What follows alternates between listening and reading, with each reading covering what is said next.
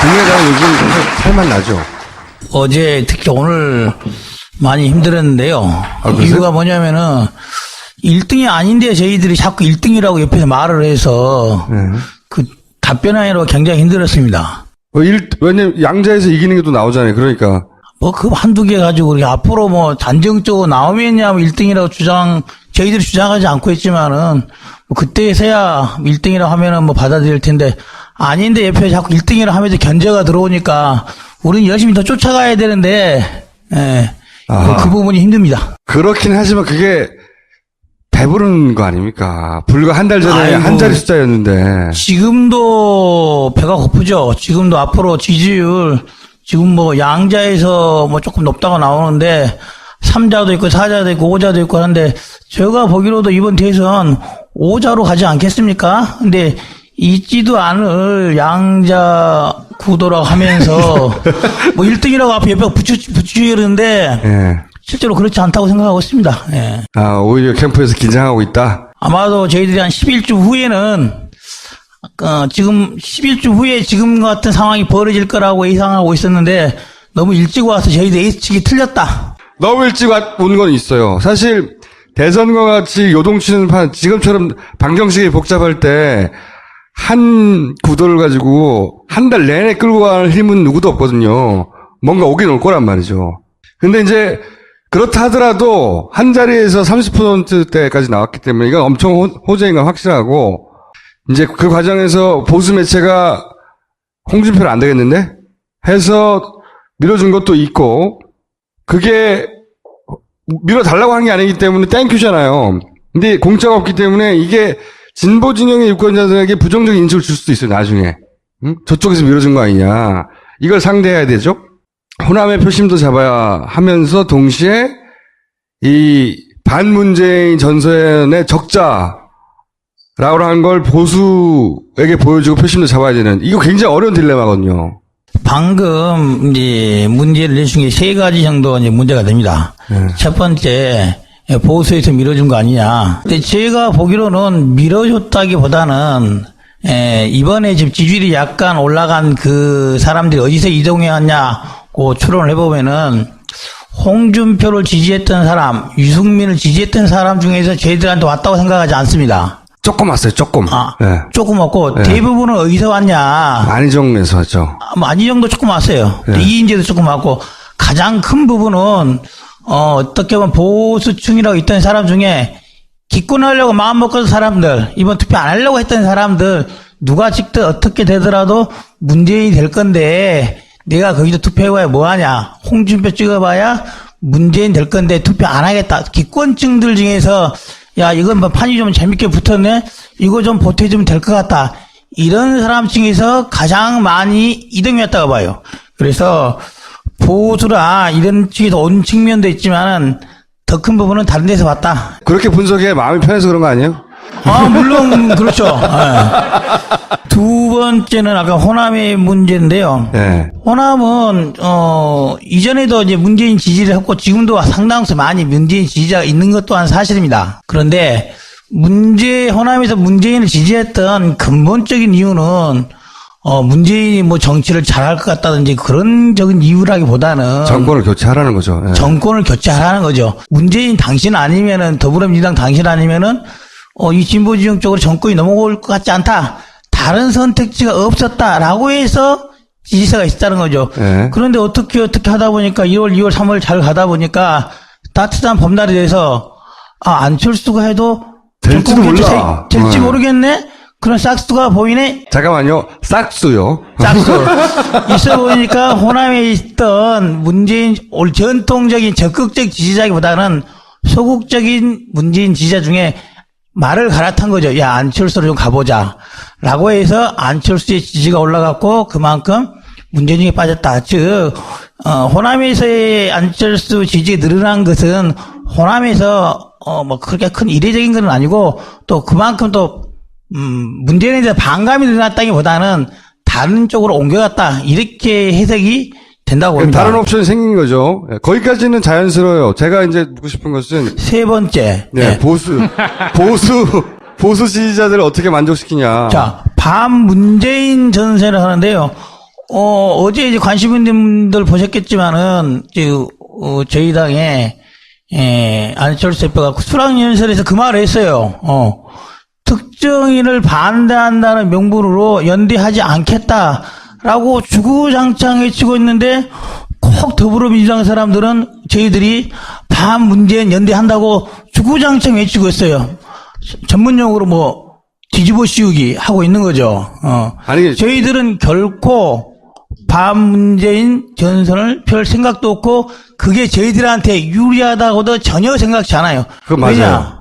반문재인 전선을 하려면은 기본적으로 호남에서 있었던 진보적인 지지들 이를 상당 부분 포기해야 돼요. 사실 저희들이 반문재인 전선을 편다 하더라도 TK, PK에도 저희들 올표가 그리 많을 거라고 생각하지 않아요. 홍준표 지지하던 사람, 유승민 지지하는 사람이 저희들이 앞으로 좀 우리 문재인 반대하니까 저 찍어주십시오 해도 돌아서지 않습니다. 반면에 정말로 호남이라든지 진보적으로 만약에 지지 보냈던 사람들은 저희들이 조금만 모션이라도 반문재인 할 것처럼 보이기만 하면 바로 지지를 철회할 사람들이 반영될 거라고 봐요. 그래서 결코 그런 선택은 그럴 마음도 없고 계산을 해도 그렇게 안 나오기 때문에 전혀 없다. 지금도 그렇고 5월 9일 대선 끝날 때까지도 없다. 모르겠어. 5월 10일은 또 마음이 바뀔지 모르겠으나 5월 9일까지는 전혀 그럴 일이 절대 없다. 믿으셔서 좋습니다. 그러니까 저는 그거는 자, 또 하나. 네 번째 말씀하실 또 하나. 거 네 번째가 뭐 세 개밖에 안 했는데. 자, 또 하나. 보수를 어떻게 만족시킬 것인가라고 물어보셨잖아요. 자, 저희들 생각은 이거예요. 저희들이 보수표를 얻고 싶기도 하고 어디야지 이긴다는 것도 알아요. 하지만은 저희들이 결코 보수 쪽으로 다가갈 일은 없다. 우리 정치를 지켜서 홍준표 지지했던 사람들, 바른정 지지했던 사람들 아니면은 포기하려고 했던 사람들이 저희 쪽으로 오기를 바라고 있고 그렇게 관리를 해 나가고 있습니다. 그런 전략은 사실 한 달 전에도 마찬가지였고 지금도 그런 전략이고 그렇죠. 그리고 안철수 후보가 반문재인이라고 한 적도 없고 그리고 자유당이나 오히려 바른당과 연대하지 않겠다, 단일하지 않겠다 그랬거든요. 그거 확실하게 말했어요. 이 전략이 일관되게 유지한 거예요. 그런데 표가 왜 갑자기 3배가 늘어났을까요? 그거는 안철수 후보는 가만히 있었지만 보수가 반문재인 전선의 적자라고 발견을 해준 거죠. 제 말은 안철수 후보가 문재인 연대 전선을 폈다는 게 아니라 저 사람을 찍어야 문제를 막는구나 하는 표가 오긴 왔잖아요. 지지가 온 거죠. 그렇죠. 그러니까 가만히 있는데 온 건 맞아. 근데 온 표가 안 떠나게 하려면 그 사람을 만족시켜야 되는 거 아니에요. 원래 흐름이었을 때 잡으면 그게 잡게 되는 거예요. 원래 자기 게 아니었어도. 흐름이 왔단 말이지. 안 떠나게 하기 위해서 딜레마가 생길 수 있다는 거죠. 안 떠나게 하는 방법은 딱 하나 있습니다. 저희들이 그 자리를 그대로 지키고 있어서 보수가 이리 왔듯이 안 떠나게 하려면은 그 자리를 그대로 지키고 있으면 안 떠나는 거예요. 보수들이 저희들이 아마 이제 홍준표를 지지하는 사람들 그리고 유승민을 지지하는 사람들한테도 우리가 오라고 말을 하지만은 그 사람들이 저희들한테 올 때 국민의당에 올 때 아니면 안철수 찍을 때 그 사람들이 국민의당의 정책에 동감해서 자기 정책을 버리고 오는 사람들이 절대 아니에요. 절대 아니에요. 그 사람들이 오는 것은 문재인이 대통령이 돼서 패권 정치를 하지 않는 그런 가능성 때문에 오는 거예요. 그 가능성만 지켜진다면은 그 사람이 왔다가 떠나갈 이유가 전혀 없는 거예요. 그래서 꼭 그렇지는 않습니다만은. 문재인 더불어민주당 측에서 가장 아파하는 부분은 이거죠. 결국에 제가 보기로는 제가 막 민주당이 있다면 이걸 해야 될 거예요. 결국에는 어떻게 됐든 저희들이 뭐 덧칠이 했든 어쨌든 간에 더불어민주당 문재인 후보 측에다가 패권 정치, 패권 세력이라고 딱지를 딱 붙여놓은 거예요. 크게. 이걸 떼지 못하는 한 앞으로 D만이 34일밖에 안 남았고 떼기도 쉽지 않을 거예요. 너무 세게 붙여놨기 때문에. 이걸 떼지 못하는 한 보수 쪽은 저희들 쪽에 왔다가 결코 떠나지 않습니다. 결코 우리가 뭘 저 자리여서가 아니라 우리가 우클릭 하거나 우리가 뭐 바른정당 그리고 자유한국당의 정책을 몇 개 받아주겠다 이런 말 안 해도 절대 떠나지 않아요. 결코. 모든 전략엔 약점이 있잖아요. 예를 들어서 뭐 사드 문제를 공격한다든가 민주당 이중대로 공격한다든가 그렇게 하겠죠 이제.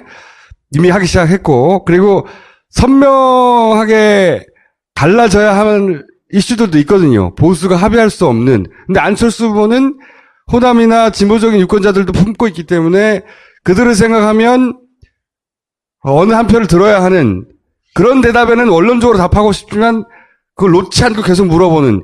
왜냐하면 이제 죽느냐 사느냐이기 때문에 다들 대선에서는 이런 딜레마가 있긴 있단 말이죠. 예를 들어보면 이런 거죠. 그런 질문이 나올 수는 있어요. 사드 관련해서. 근데 문제는 출제하는 사람은 예를 들면 자유한국당 한다면은 문제를 받는 사람은 풀어야 되는 사람은 국민의당의 안철수뿐만이 아니라는 거죠. 더불어민주당의 문재인도 똑같이 답을 내야 한다는 거예요. 제가 보는 둘이 내리는 답이 그리 틀리지 않을 거라는 거예요. 설령 안철수가 보수에 입맛에 안 맞는 답을 낸다 하더라도 문재인도 그 비슷한 답을 낼 거라는 거예요. 그래서 거기에서는 차이점이 없다 이렇게 생각하는 거예요. 차이점은 없고 저쪽은 패권 딱지를 붙이고 있고 이쪽은 없고. 아니, 지지층이 구성이 좀 다르니까 차이가 있어요. 똑같은 답에 대해서 다르게 반응하는 지지층을 가지고 있다. 이 이야기인데 또 약점이 있습니다. 뭐가 있냐면 문재인 지지층이 가지고 있는 오랜 세월 쌓아져 온 적극 지지층이라는 게 있어. 충성도 소위 말해서. 이게 문재인 지지층이 탄탄한 거는 이건 맞아요. 기정사실인데. 이 강점이 안철수 후보 입장에서 보자면 부럽기도 하고 한편으로는 그러니까 보수표가 일로 이사 온 게 있기 때문에 충성도가 약하다는 지점도 있어요. 문재인의 적극 지지층 저도 정말 부럽고 좋습니다. 단 약점이 있어요. 40에서 43을 한 번도 넘어본 적이 없다는 거예요.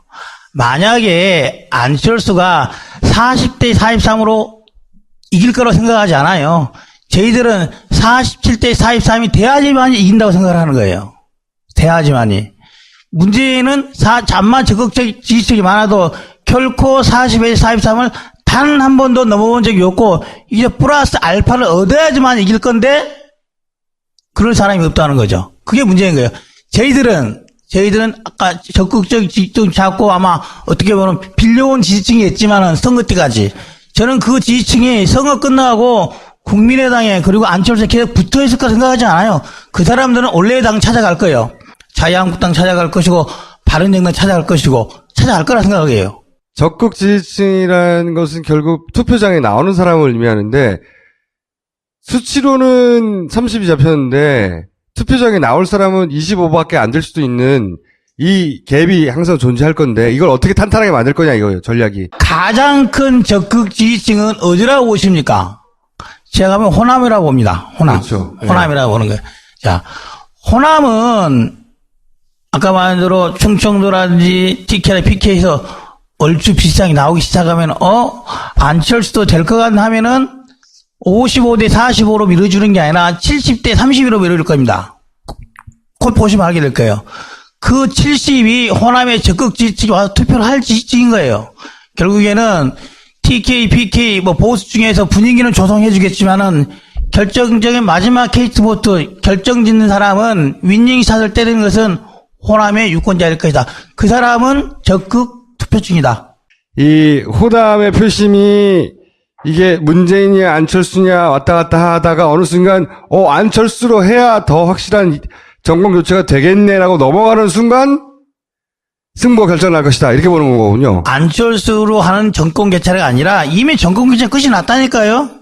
여야 간의 정권 개최 끝이 났고 호남의 입장에서는 문재인으로 가는 정권 개최가 더 호남에 득이 되는 정권 개최인지 안철수로 가는 정권 개최가 호남이 더 득이 되는 정권 개최인지로 결정을 할 거라는 거예요. 제가 지역구가 여수지 않습니까? 제 주위에 호남 사람 많이 있지 않습니까?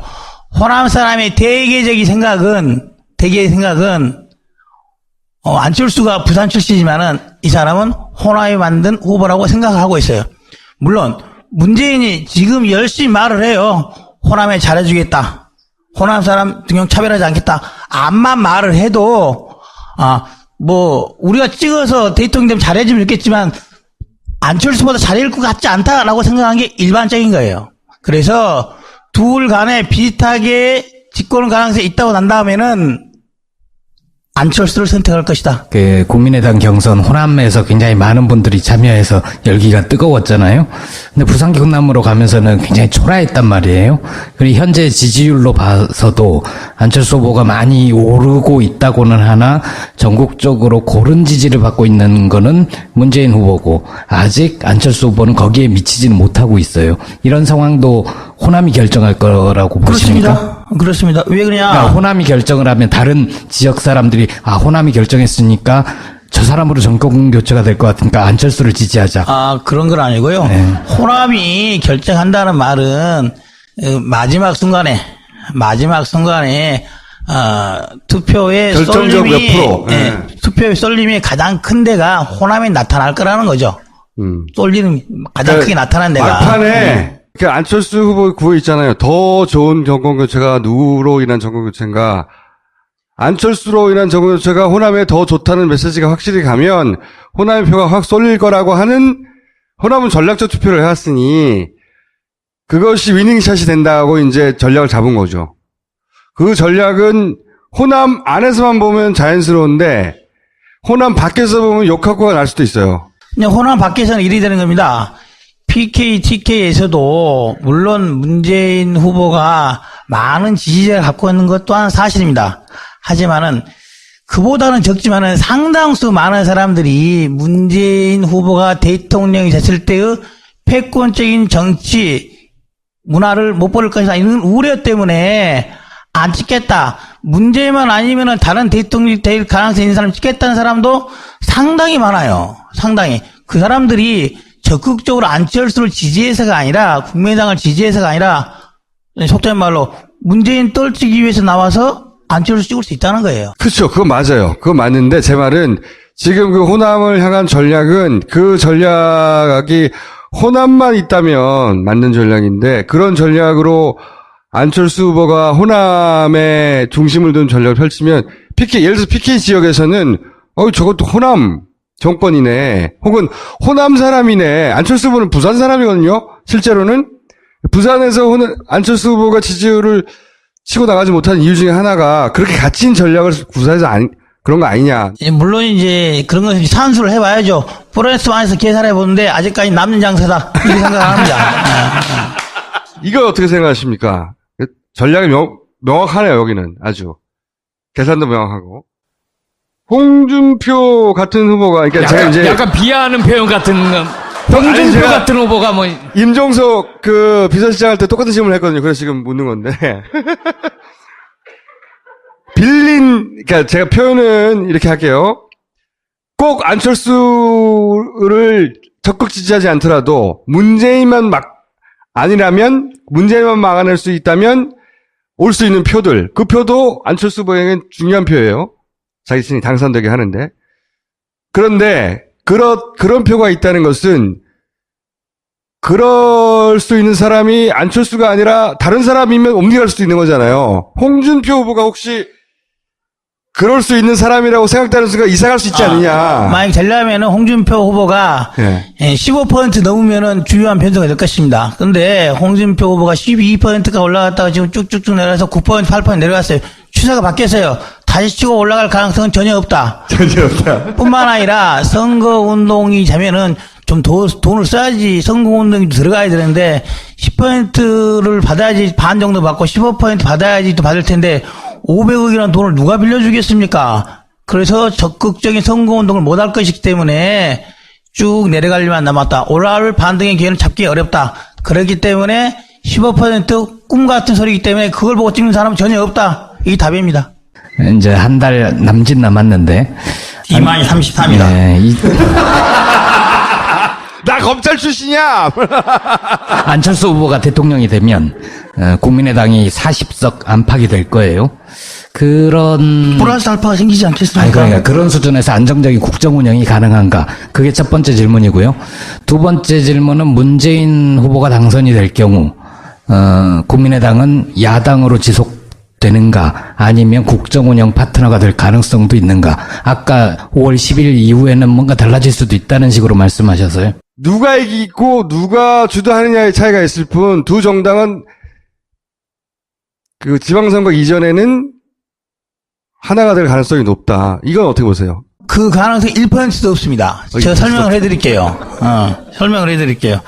자, 만약에, 문재인 후보가 이끄는 더불어민주당이 대통령이 되었다고 칩시다. 되었다고 치자고요.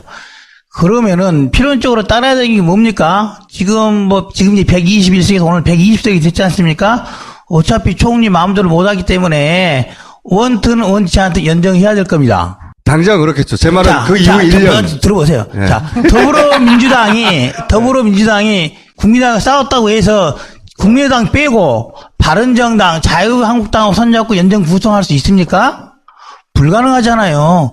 암만 미운 국민의당도 연정에 들어가는 거예요. 우리는 어쨌든 중요권 반은 먹고 들어간 거예요. 야당이긴 하지만 전적인 야당은 아닌 거예요. 아니, 지방선거 되면. 그다음, 후보를 어떻게 후보? 자, 그런 상태에서 네. 지방선거의 국면이 왔어요. 지방선거의 국면이. 네. 자, 작년 4월 13일 전에 국민의당이 정말 어려운 상태에서 치렀는데도 불구하고도 전국 정당 지지율 야당은 1등을 했단 말이에요. 자, 이제 이건 조금 다른 이야기지만 선거판이 열렸어요. 국회의원 선거보다 지방선거는 선거 규모가 약 4배 정도 된다고 봅니다. 후보자들 쫙 늘어나 있어요. 더불어민주당이든 국민의당이든 공천할때가 이렇게 많은데 당 지도부가 그거 놓겠습니까? 절대로 안 놉니다. 반대의 경우도 마찬가지예요. 국민의당이 대통령이 돼 있어요. 자, 우리 당이라 한들 더불어민주당 빼고 연정 구성할 수 있겠습니까? 불가능하잖아요. 불가능. 그럼 같이 가는 거예요.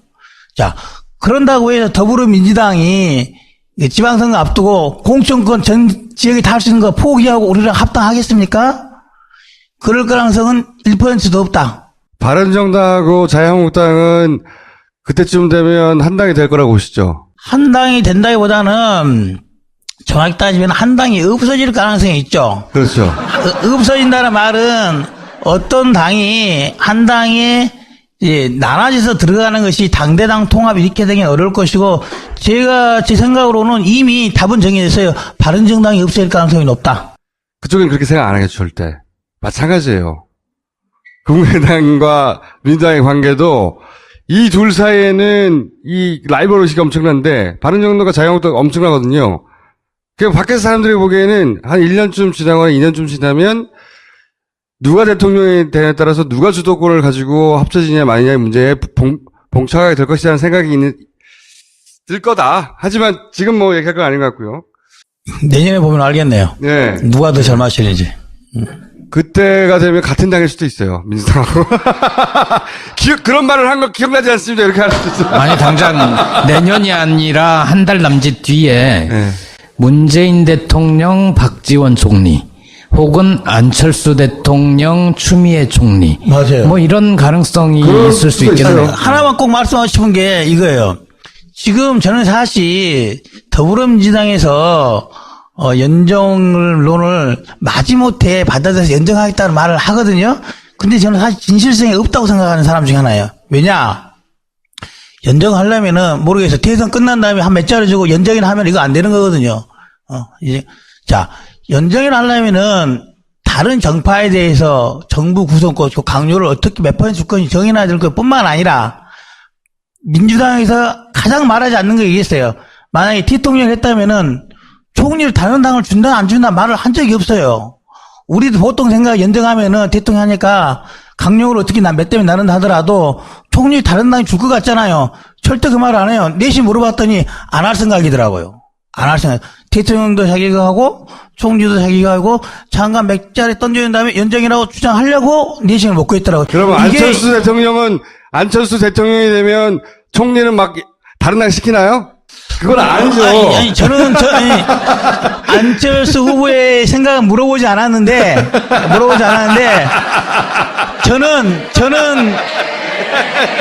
저는 그래야 된다고 말은 드린 적이 있어요. 말이야 막 할 수 있죠.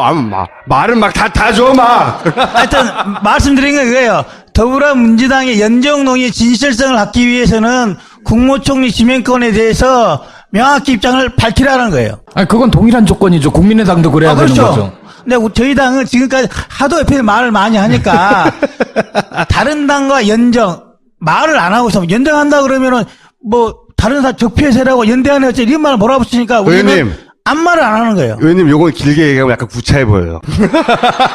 방송 나가면 혼나실 것 같아, 당에 가서. 아니 근데 전반적으로 국민의당이 그 상대적으로 사이즈가 작음에도 불구하고 살아남을 전략을 명쾌하게 세운 거예요, 지금 보니까. 그런 것 같고. 홍준표에 대해서는 어떻게 생각하십니까? 가능성이 정말 제로라고 보세요? 제로죠, 제로. 네, 제로. 왜 그러냐면은, 자, 홍준표 지사가 어떻게 이제 재수가 좋게 딱 그때 또 항소심 판결이 나서 무죄가 되는 바람에 이렇게 된 거 아닙니까? 아직 확정도 안 됐지만은. 그럼에도 불구하고 주위에 선대위를 구성했잖아요. 다 친박들로만 돼 있더라고요. 친박들로만. 원래 친박에서 제일 싫어하는 사람 정치인 3명 꼽으면 그 중에 하나가 홍준표가 들어가는데. 홍준표는 모든 정파가 제일 싫어하는 정치인이에요. 그런데 자기 입맛에 맞는 사람을 선대위에 넣지도 못하고 다 친박이 둘러싸여 있다고 친다면은 뭐 속된 말 자기 마음대로 한번 발길질을 한번 해보고 선거하겠습니까? 못할 것이다. 국가에서 그 선거 관련해서 보조금 70억인가 80억인가 나올 거예요. 18일인가 19일인가. 그거 자기 마음대로 쓰지도 못할 거라. 또 잡아야 하면서 동시에 이 반문재인 전선의 적자라고 하는 걸 보수에게 보여주고 표심도 잡아야 되는 이거 굉장히 어려운 딜레마거든요.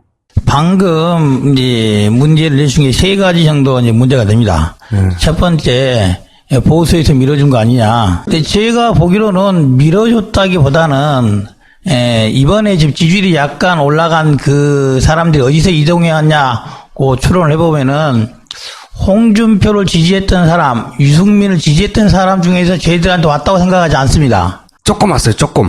네. 조금 왔고 네. 대부분은 어디서 왔냐. 안희정에서 왔죠. 안희정도 조금 왔어요. 네. 이인재도 조금 왔고 가장 큰 부분은 어떻게 보면 보수층이라고 있던 사람 중에 기권하려고 마음 먹은 사람들, 이번 투표 안 하려고 했던 사람들, 누가 직접 어떻게 되더라도 문재인이 될 건데, 내가 거기서 투표해봐야 뭐하냐. 홍준표 찍어봐야 문재인 될 건데 투표 안 하겠다. 기권층들 중에서, 야, 이건 뭐 판이 좀 재밌게 붙었네? 이거 좀 보태주면 될 것 같다. 이런 사람 중에서 가장 많이 이동이었다고 봐요. 그래서 보수라 이런 측에서 온 측면도 있지만은 더 큰 부분은 다른 데서 왔다. 그렇게 분석해 마음이 편해서 그런 거 아니에요? 물론 그렇죠. 네. 두 번째는 아까 호남의 문제인데요. 네. 호남은 이전에도 이제 문재인 지지를 했고 지금도 상당수 많이 문재인 지지자가 있는 것 또한 사실입니다. 그런데 호남에서 문재인을 지지했던 근본적인 이유는 문재인이 뭐 정치를 잘할 것 같다든지 그런 적인 이유라기보다는 정권을 교체하라는 거죠. 네. 정권을 교체하라는 거죠. 문재인 당신 아니면은 더불어민주당 당신 아니면은 이 진보진영 쪽으로 정권이 넘어올 것 같지 않다. 다른 선택지가 없었다라고 해서 지지세가 있다는 거죠. 네. 그런데 어떻게 하다 보니까 1월, 2월, 3월 잘 가다 보니까 따뜻한 봄날이 돼서 안철수가 해도 될지도 정권 교체 몰라. 될지 모르겠네. 그런 싹수가 보이네. 잠깐만요. 싹수요. 싹수. 있어 보니까 호남에 있던 문재인 전통적인 적극적 지지자기보다는 소극적인 문재인 지지자 중에 말을 갈아탄 거죠. 야, 안철수로 좀 가보자. 라고 해서 안철수의 지지가 올라갔고 그만큼 문재인이 빠졌다. 즉 호남에서의 안철수 지지가 늘어난 것은 호남에서 뭐 그렇게 큰 이례적인 건 아니고 또 그만큼 또 문재인에 대해서 반감이 늘어났다기보다는 다른 쪽으로 옮겨갔다. 이렇게 해석이 된다고 봅니다. 다른 옵션이 생긴 거죠. 거기까지는 자연스러워요. 제가 이제 묻고 싶은 것은 세 번째. 네. 보수 지지자들을 어떻게 만족시키냐. 자, 반문재인 전세를 하는데요. 어제 이제 관심 있는 분들 보셨겠지만은, 저희 당에, 안철수 대표가 수락연설에서 그 말을 했어요. 특정인을 반대한다는 명분으로 연대하지 않겠다라고 주구장창 외치고 있는데, 꼭 더불어민주당 사람들은 저희들이 반문재인 연대한다고 주구장창 외치고 있어요. 전문용어로 뭐 뒤집어 씌우기 하고 있는 거죠. 아니 저희들은 결코 반문재인 전선을 펼 생각도 없고 그게 저희들한테 유리하다고도 전혀 생각지 않아요. 그건 맞아요. 왜냐? 반문재인 전선을 하려면은 기본적으로 호남에서 있었던 진보적인 지지들 이를 상당 부분 포기해야 돼요. 사실 저희들이 반문재인 전설 편다 하더라도 TK, PK에도 저희들 올표가 그리 많을 거라고 같이 생각하지 않아요. 홍준표 지지하던 사람, 유승민 지지하는 사람이 저희들이 앞으로 좀 우리 문재인 반대하니까 저 찍어주십시오 했다고 돌아서지 않습니다. 반면에 정말로 호남이라든지 진보적으로 만약에 지지를 보냈던 사람들은 저희들이 조금만 모션이라도 반문재인 할 것처럼 보이기만 하면 바로 지지를 철회할 사람들이 반영될 거라고 봐요. 그래서 결코 그런 선택은 그럴 마음도 없고 계산을 해도 그렇게 안 나오기 때문에 전혀 없다. 지금도 그렇고 5월 9일 대선 끝날 때까지도 없다. 모르겠어. 5월 10일이면 또 마음이 바뀔지 모르겠으나 5월 9일까지는 전혀 그럴 일이 절대 없다. 믿으셔서 좋습니다. 그러니까 저는 그거는 자, 네 번째 말씀하실 또 하나. 거네요. 네 번째가 뭐 세 개밖에 안 했는데. 자, 또 하나. 보수를 어떻게 만족시킬 것인가라고 물어보셨잖아요. 자, 저희들 생각은 이거예요. 저희들이 보수표를 얻고 싶기도 하고 어디야지 이긴다는 것도 알아요. 하지만은 저희들이 결코 보수 쪽으로 다가갈 일은 없다. 우리 정치를 지켜서 홍준표 지지했던 사람들, 바른정 지지했던 사람들 아니면은 포기하려고 했던 사람들이 저희 쪽으로 오기를 바라고 있고 그렇게 관리를 해 나가고 있습니다. 그런 전략은 사실 한 달 전에도 마찬가지였고 지금도 그런 전략이고 그렇죠. 그리고 안철수 후보가 반문재인이라고 한 적도 없고 그리고 자유당이나 오히려 바른당과 연대하지 않겠다, 단일하지 않겠다 그랬거든요. 그거 확실하게 말했어요. 이 전략이 일관되게 위세한 거예요. 그런데 표가 왜 갑자기 3배가 늘어났을까요? 그거는 안철수 분은 가만히 있었지만 보수가 반문재인 전선의 적자라고 발견을 해준 거죠. 제 말은 안철수 후보가 문재인 연대 전선을 폈다는 게 아니라 저 사람을 찍어야 문재인을 막는구나 하는 표가 오긴 왔잖아요. 지지가 온 거죠. 그렇죠. 그러니까 가만히 있는데 온 건 맞아. 근데 온 표가 안 떠나게 하려면 그 사람을 만족시켜야 되는 거 아니에요. 원래 흐름이었을 때 잡으면 그게 잡게 되는 거예요. 원래 자기 게 아니었어도. 흐름이 왔단 말이지. 안 떠나게 하기 위해서 딜레마가 생길 수 있다는 거죠. 안 떠나게 하는 방법은 딱 하나 있습니다. 국민의당은 요즘 살만 나죠. 어제 특히 오늘 많이 힘들었는데요. 그러세요? 이유가 뭐냐면은 1등이 아닌데 저희들이 자꾸 1등이라고 옆에서 말을 해서 그 답변하느라고 굉장히 힘들었습니다. 왜냐면 양자에서 이기는 게 또 나오잖아요. 그러니까. 뭐 그 한두 개 가지고 우리 앞으로 뭐 단정적으로 나오면야 1등이라고 저희들이 주장하지 않고 있지만은 뭐 그때서야 1등이라고 하면은 뭐 받아들일 텐데 아닌데 옆에 자꾸 1등이라고 하면서 견제가 들어오니까 우리는 열심히 더 쫓아가야 되는데 그 부분이 힘듭니다. 그렇긴 하지만 그게 배부른 거 아닙니까? 불과 한 달 전에 아이고. 한 자리 숫자였는데. 지금도 배가 고프죠. 지금도 앞으로 지지율 지금 뭐 양자에서 뭐 조금 높다고 나오는데 3자도 있고 4자도 있고 5자도 있고 하는데 제가 보기로도 이번 대선 5자로 가지 않겠습니까? 근데 있지도 않을 양자 구도라고 하면서 뭐 1등이라고 앞에 옆에 붙이려는데 예. 실제로 그렇지 않다고 생각하고 있습니다. 예. 오히려 캠프에서 긴장하고 있다. 아마도 저희들이 한 11주 후에는 지금 11주 후에 지금 같은 상황이 벌어질 거라고 예상하고 있었는데 너무 일찍 와서 저희들 예측이 틀렸다. 너무 일찍 온 건 있어요. 사실 대선과 같이 요동치는 판 지금처럼 방정식이 복잡할 때 한 구도를 가지고 한 달 내내 끌고 가는 힘은 누구도 없거든요. 뭔가 오긴 올 거란 말이죠. 근데 이제 그렇다 하더라도 한 자리에서 30%대까지 나왔기 때문에 이건 엄청 호재인 건 확실하고 이제 그 과정에서 보수 매체가 홍준표를 안 되겠는데? 해서 밀어준 것도 있고 그게 밀어달라고 한 게 아니기 때문에 땡큐잖아요. 근데 공짜가 없기 때문에 이게 진보 진영의 유권자들에게 부정적인 인식을 줄 수도 있어요, 나중에. 응? 저쪽에서 밀어준 거 아니냐. 이걸 상대해야 되죠? 호남의 표심도. 저희들이 그 자리를 그대로 지키고 있어서 보수가 이리 왔듯이 안 떠나게 하려면은 그 자리를 그대로 지키고 있으면 안 떠나는 거예요.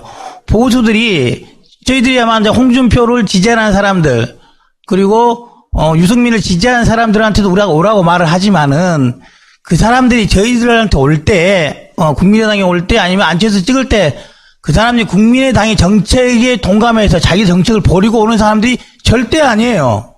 절대 아니에요. 그 사람들이 오는 것은 문재인이 대통령이 돼서 패권 정치를 하지 않는 그런 가능성 때문에 오는 거예요. 그 가능성만 지켜진다면은 그 사람이 왔다가 떠나갈 이유가 전혀 없는 거예요. 그래서 꼭 그렇지는 않습니다만은. 문재인 더불어민주당 측에서 가장 아파하는 부분은 이거죠. 결국에 제가 보기로는 제가 막 민주당이 있다면 이걸 해야 될 거예요. 결국에는 어떻게 됐든 저희들이 뭐 덧칠이 했든 어쨌든 간에 더불어민주당 문재인 후보 측에다가 패권 정치, 패권 세력이라고 딱지를 딱 붙여놓은 거예요. 크게. 이걸 떼지 못하는 한 앞으로 DMI 34일밖에 안 남았고 떼기도 쉽지 않을 거예요. 너무 세게 붙여놨기 때문에. 이걸 떼지 못하는 한 보수 쪽은 저희들 쪽에 왔다가 결코 떠나지 않습니다. 결코 우리가 뭘 저 자리여서가 아니라 우리가 우클릭 하거나 우리가 뭐 바른정당 그리고 자유한국당의 정책을 몇 개 받아주겠다 이런 말 안 해도 절대 떠나지 않아요. 결코. 모든 전략엔 약점이 있잖아요. 예를 들어서 뭐 사드 문제로 공격한다든가 민주당 이중대로 공격한다든가 그렇게 하겠죠 이제. 이미 하기 시작했고 그리고 선명하게 갈라져야 하는 이슈들도 있거든요. 보수가 합의할 수 없는. 근데 안철수 후보는 호남이나 진보적인 유권자들도 품고 있기 때문에 그들을 생각하면 어느 한 표를 들어야 하는 그런 대답에는 원론적으로 답하고 싶지만 그걸 놓지 않고 계속 물어보는. 왜냐하면 이제 중요한 사냥이기 때문에 다들 대선에서는. 이런 딜레마